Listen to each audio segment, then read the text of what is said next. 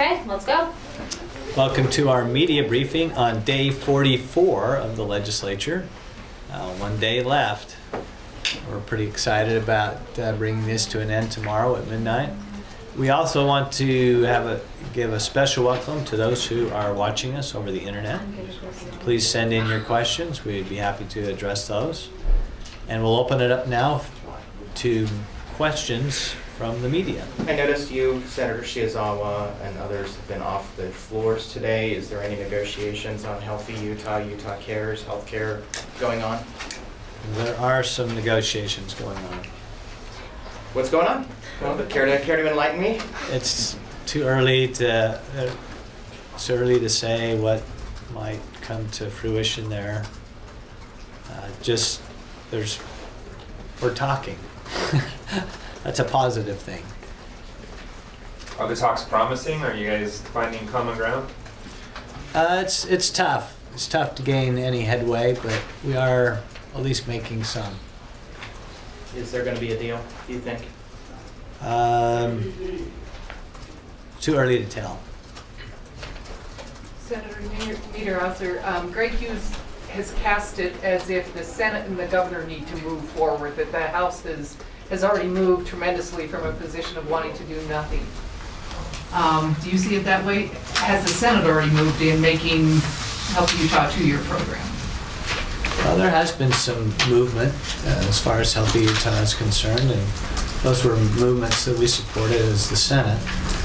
And so, I think if this is ever going to work, we're going to all need to come together and see where we can find the common ground and then build upon that to some kind of compromise, something between Healthy Utah and Utah Cares. And I'm not sure we can get there. It's very challenging. We've got to deal with CMS and potential waivers or not being able to get waivers. Anyway, I remain optimistic, but I know that we're running out of time, and maybe I want to make sure that we at least leave this session still communicating and working on something that if we could come together at some point, we would come back and to a special session. But only if there was agreement and votes. There's no need to come back to a special session until something's agreed upon. But are you looking at that's the realistic possibility? Is that any deal that's struck is not going to get struck before midnight Thursday? Well, I'm not giving up hope, but probably the chances are greater that this continues on. And I want to acknowledge the progress that's been made. There's been a lot of progress made during the session, and I want to continue working towards something that we can be proud of here in Utah and do something that is going to, first of all, meet the needs of, there's a human aspect. The most important aspect of this is the human aspect. We want to make sure that we got people getting the health care that they need and being able to go in for preventive type of checkups to avoid some of the big problems that face individuals, and that's what this whole discussion really is about. It's about dealing with the needs of those who are uninsured in their health care, and we want to make the best possible solution for that population. The House has sent a pretty clear message as to how far they're willing to go. To come together in the middle, are they going to have to give, or is it going to take the Senate and the governor giving? Well, I really don't want to comment on that because there isn't a have to or a must or a should be or because if we go down that road, you're never going to come to any compromise. So I'm not saying that it's going to be this way or that way, or they have to come to the middle or anything, because that ends the discussion. And so we're just trying to figure out where the common ground is and where we now can build upon that and come to some conclusion. How would you characterize the executive branch's participation at this point?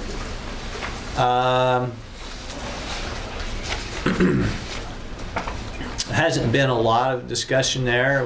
I know where the executive branch is. House knows where the executive branch is, but they're part of the discussion, and because it's a three-way discussion if we're going to get something done. So, Today's meetings they are part of? Are they part of today's Not this discussion? morning. Not this morning. so Senator Shizawa said that the House is planning to send the bill over, the Utah Cares bill. If it does come over, do you bring it to a vote it up or down, or do you try to sub it out with something that maybe you guys can, if there is any wiggle room at all between the two positions? Yeah, and it's too early to say what we'll do. I mean, the possibilities are we'll come to some kind of an agreement. 2, we'll sub it out. 2, 3, we'll just not pass it out. And 4, which I think is fairly remote, at least for the Senate, is you'd pass it. I just don't think it has the votes. And so those are possibilities at this point. So you met this morning. Are there plans to meet throughout the day? Any more today? Not this afternoon. This evening? This evening, tomorrow. A lot can happen in less than 36 hours. It's amazing. What can happen. It's amazing what can happen in a short period of time. Is there any plan in the Senate to reprioritize the bills that are on the board right now? The House bills, Yeah. there will be some reprioritization, but it probably won't happen until tomorrow. Where do things stand on gas tax negotiations with the House? Wish anybody here. We have a bill, they have a bill, they have our bill, we have their bill, and we had Senator Adams and Senator Van Tassel working together with the House on things last night. We're coming together on a solution there. It's going to require our caucuses to agree to those solutions. So we'll see what happens. Where does the Senate stand on the local sales tax option? Is that one of the sticking points? It's in that? difficult for us. So if that option is difficult for you, where is common ground that you guys can come together between the two bills? I'm not going to say for the same reasons for the Healthy Utah. It's just if you say that you're going to take one position and that's it, and box yourself in that position, it just doesn't work to negotiate a deal that will work for everybody. Senator Shizawa, thank you for joining us. Do you mind stepping into the hot seat? I have a question for you about negotiations over Healthy Utah. Imagine that. It's the hot topic today, Senator. It's been the hot topic for 44 days. And it has been pretty... Senator, I wanted to ask just how negotiations are going. I mean, you were off the floor a lot today, and it sounds like you are in talks. What's going to happen? Well, it's true. I've been visiting with Representative Dunnigan this morning. We've had extensive talks about what are the options, and it's still up in the air in terms of do we settle for nothing in this session, or can we in fact bring the House and Senate together and come up with a compromise that will give the uninsured here in the state of Utah something going forth. Critical to that decision is going to be the executive branch and the governor talking with the Speaker, talking with the Senate President, and a lot potentially could happen overnight depending on how that communication goes.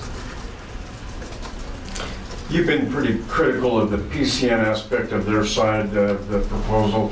Is there any way that can be in play here? It could be in play, and I'm not embracing the PCN as the best choice for the reasons we've already discussed. If it has to be a fallback plan, if it has to be something that we put in place as a stopgap measure, maybe that's something we could embrace. But it's not something that I personally would envision as a solution on a long-term basis for the uninsured. We see it daily in the patients that we care for. Is it likely that you're going to get anything done this session, or is any final deal going to happen after the session? Well, those are two questions, and the answer to the first question is I think that it's still likely that we can get something done. Now, will it be the ideal solution in my vision? I don't know. And we always have that option of doing something not only in the interim or in a special session, as the President alluded to, and we could go that route as well. And we could maybe use this session as a springboard to go forth. And I think it would shape also our negotiations. There'd be more collaboration, I'd predict, in terms of our negotiations with the House and the Senate and the executive branch, so that there would be clear communication between the groups. Senator, do you see any movement in your negotiations, or do you feel like there's a line drawn in the sand that they're not going to move from? Well, again, those are two questions. The answer to your first one is, I do see some movement. Particularly, I work very cooperatively with Representative Dunnigan. On the other hand, the Speaker has made very clear his opinions about the Healthy Utah plan and his reluctance to go forth on that. That's no mystery to us. And he's stated fairly firmly that, in his opinion, and speaking for the House of Representatives, that there's going to be no movement there. Now, are we going to be able to craft something that's going to be something different? Well, let's see how we go over this next day. Would you be open to just a traditional Medicaid expansion covering the gap, putting everybody on that 70-30 match up to 100%, and would that be the common ground? That hasn't really been a discussion simply because of the fiscal note on that. If you compare that to, say, like the Walker plan in Wisconsin, that's a traditional match, 70-30, and goes up to 100%. But the cost on that is so much higher than, say, Healthy Utah. It's a multiple of that. And yes, that would cover the coverage gap, but at what cost? And what costs other programs? So not really open to that solution. So would that wouldn't be my first or second choice at this point. It might work in Wisconsin because of their match rate. Because they're at 50-50. So that works for them. It would have worked for us if we were on 50-50. But where we have a 70-30 match, that doesn't work. So I want to back up just a little bit. I think you said you think something will get past this session? Or is it going to, I thought that's what I heard you say. I am very hopeful we'll get something past this session. Now, what happens by midnight tomorrow night is really anybody's guess, but we're still working. I did spend time yesterday with both the Speaker and Representative Dunnigan talking over options. So we have clarity in terms of what we're looking at. And we still have time to do something with suspension of the rules, depending on what it is. And that's really the issue. I want to add something here. I work with staff almost 24 hours a day almost. I know the work they're under. It's not so simple to come to an agreement at 10 o'clock tomorrow night and snap your fingers and have the paperwork done. So that's a concern I have. We put tremendous pressure on our staff. They're very good and work very hard, but there comes a deadline with them. You just can't do it. Yeah. Senator Shibuzawa, what will your schedule the rest of today and tomorrow look like in regards to negotiating? Are you going to be missing more floor time? I don't want to admit that in public, do I? I didn't think anybody would notice. That hurt. Well, I'm open to negotiation. I didn't think people would notice that we were gone off the floor all morning. Any more plans for today? I think Senate President has some meetings and I'm also going to attempt to meet with some representatives from the executive branch and probably follow up with Representative Dunnigan a little bit as well. So the answer is yes. So will Utah Cares hit the floor? We heard the House was going to let it come over. I'm sorry, would you repeat the Will question? Utah Cares, HB 446, come to the floor? Do you know? When we get it, yeah, well, that's when we'll decide what happens. But have you personally been told they will send it over? I was given an indication they would, but I have no idea if when and if it will arrive. And you said 2 days ago that you, as written, as it is now, you would say you would prefer to do nothing right now. Is that still the case? Are you saying that Utah Cares versus nothing? Right, Utah Cares versus nothing now. Well, I'll grant you that Utah Cares is a big step forward from nothing.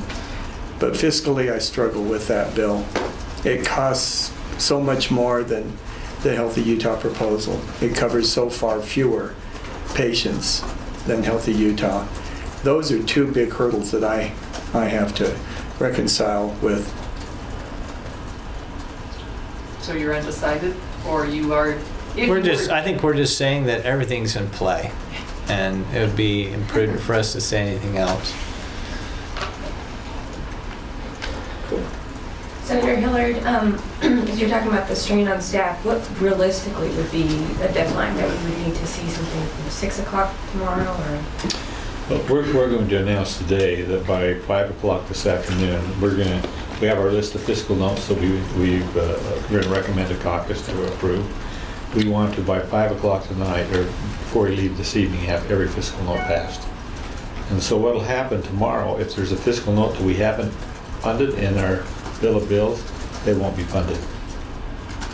Some fiscal notes are a tax policy change, and they'll happen. Some bills carry with it an appropriation. But many bills, we have to do a bill of bills that funds the request. And so if it isn't in by tonight, it's almost impossible to try to do another bill and get it done. So that's the deadline we have, is tonight. And if they don't pass them, then they don't get funded. Or if they're not, if they show up tomorrow, they're not getting funded. Yeah. Then. Senator Orkin, you want How to do you comment? feel? I'm Go sorry. ahead. I was going to say that to answer your question there, assume a bill says that people will spend more time in jail for a crime. And corrections come and say, well, if we have to put more people in jail, that's going to cost us, and I'll take a figure, $50,000. Then we put $50,000 in the bill to fund it. If we don't, then the people will come and the correction will say, wait a minute, we didn't get any funding for this, and we'll say, sorry, we didn't get the bill to fund you. So that's the kind of dilemma it creates. Right, just a couple of specific bills. Osmond's bill doesn't need to be funded, is that right?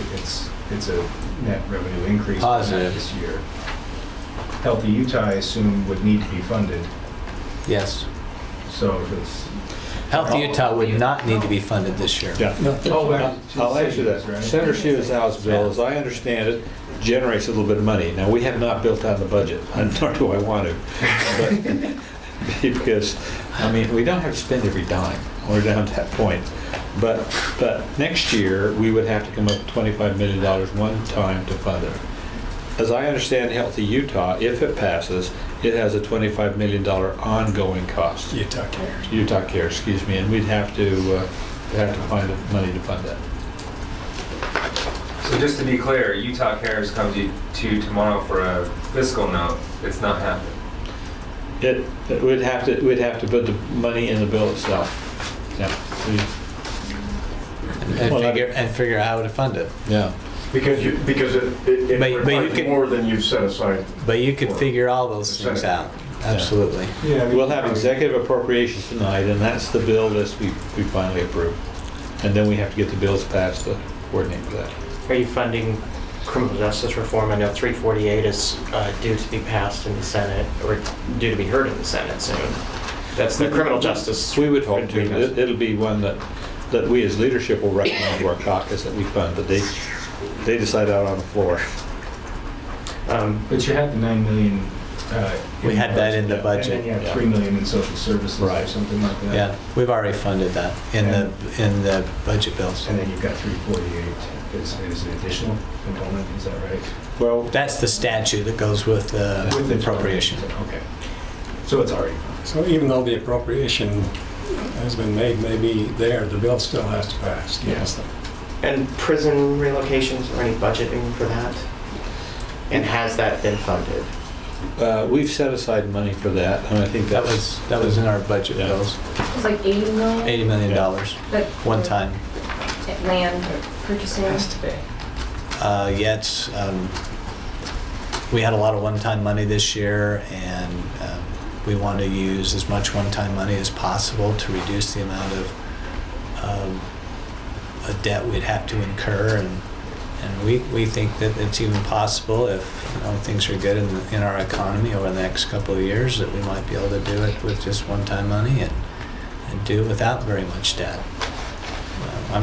That's pretty optimistic, but let's try and do it and minimize the amount of debt that we have to incur.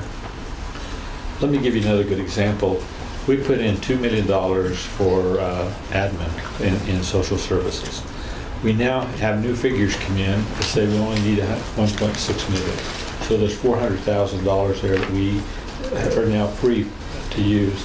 Both Dr. Patton and our chairs came to me and to Representative Stampay and said, with this $400,000 is available, here's a better way to spend it in some needs of some programs that are need of funding.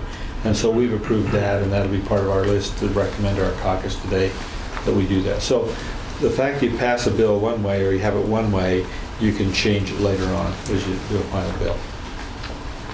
Are you, sort of a big picture question, I guess, are you generally surprised that you came into the session knowing what the big issues were going to be, and now we're near the end of the session and we still don't know how those big issues are going to be resolved, and it's kind of getting a little bit... You sort of touched on yesterday how this was you had more big issues this session than you have in previous, since 2007, I guess. But are you surprised that we're now at this juncture where things are getting a little frantic, particularly gas tax and Healthy Utah? Yeah, I'm surprised. I shouldn't be surprised. Most of these decisions are made the last couple of days of the session, and it's no different now than it was a couple of years ago. I mean, with a lot of these big issues are always usually decided towards the end after, that's the nature of legislatures, right? They have to feel the pressure to actually not just act, but to come to some conclusion. And fortunately for the people in Utah, our session we end our session on the 45th night at midnight by Constitution. If that wasn't in Constitution, guess what there would be a temptation to do? Extend the session, like in Arizona and some of the other states that don't have it in Constitution. And please never go down that road. I would never recommend that, because You don't want to extend your hell? No, we don't want to extend it for the hell for us and for the people, okay? So. What about that proposal you guys just kicked around for a while to not count the weekends? I mean, would it help you at this point to have another, I think you'd have 18 days? Don't do it. I'm against that completely. Okay. We're able to do it in the time. We are able, and we do it and we do it in a very able and capable way. And so, if you give us more time, we'll just take more time. I'm more in favor please of don't do double that. counting the weekends. Senator Davis, I wanted to ask, why did you vote no on HB 277, which eliminated the statute of limitations? You were marked as a no vote on sex abuse civil action. I think the repressed memory thing comes back in the debate that we've had, and that goes back as Senator Mattson discussed himself on getting to that statute, and that was an agreed upon thing. And I think carrying these things on, at least from what I've heard in discussions I've had in the psych community, if you will, that this repressed memory is not real. It's been dismissed and countered by many, many professionals, and it just keeps that going. And so I just felt that we should stay the course that we're on. Any questions from our viewers? We do. We actually had one that Ben asked already about HB 348 and criminal justice reform, so we'll skip that one. They were okay with that. Okay. And then the other one, can we end daylight saving time yet? We had a couple bills. Ralph, do you? We did.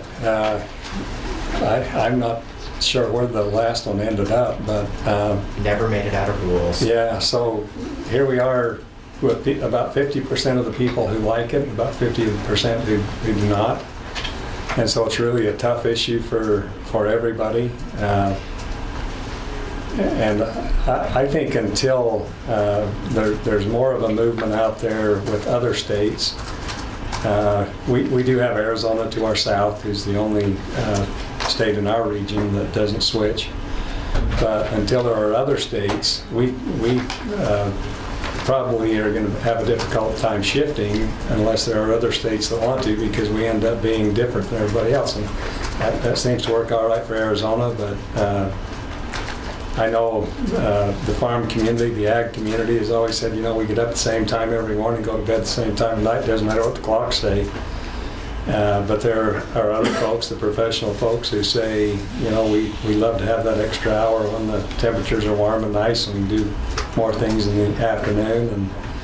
And there just doesn't seem to be a good resolution or enough of a majority one way or the other to make a change. So it's a difficult thing for us to do. I believe Senator Osmond had one that would go to the hour ahead and stay. Spring ahead, but it required federal approval. Oh, but it didn't get a committee. I think it went to committee and failed in committee. It was withheld. I love fall back, but I hate spring forward. Thank you very much for the question. Any other questions? Kirsten? Nope, that's it. Any other questions from the media? Today you've got Senator Osmond discussing his tax bill again, and then you've got budget bill of bills prioritization. Is that right? Is that what you're discussing? Yeah, we'll be talking budget, mostly bill of bills,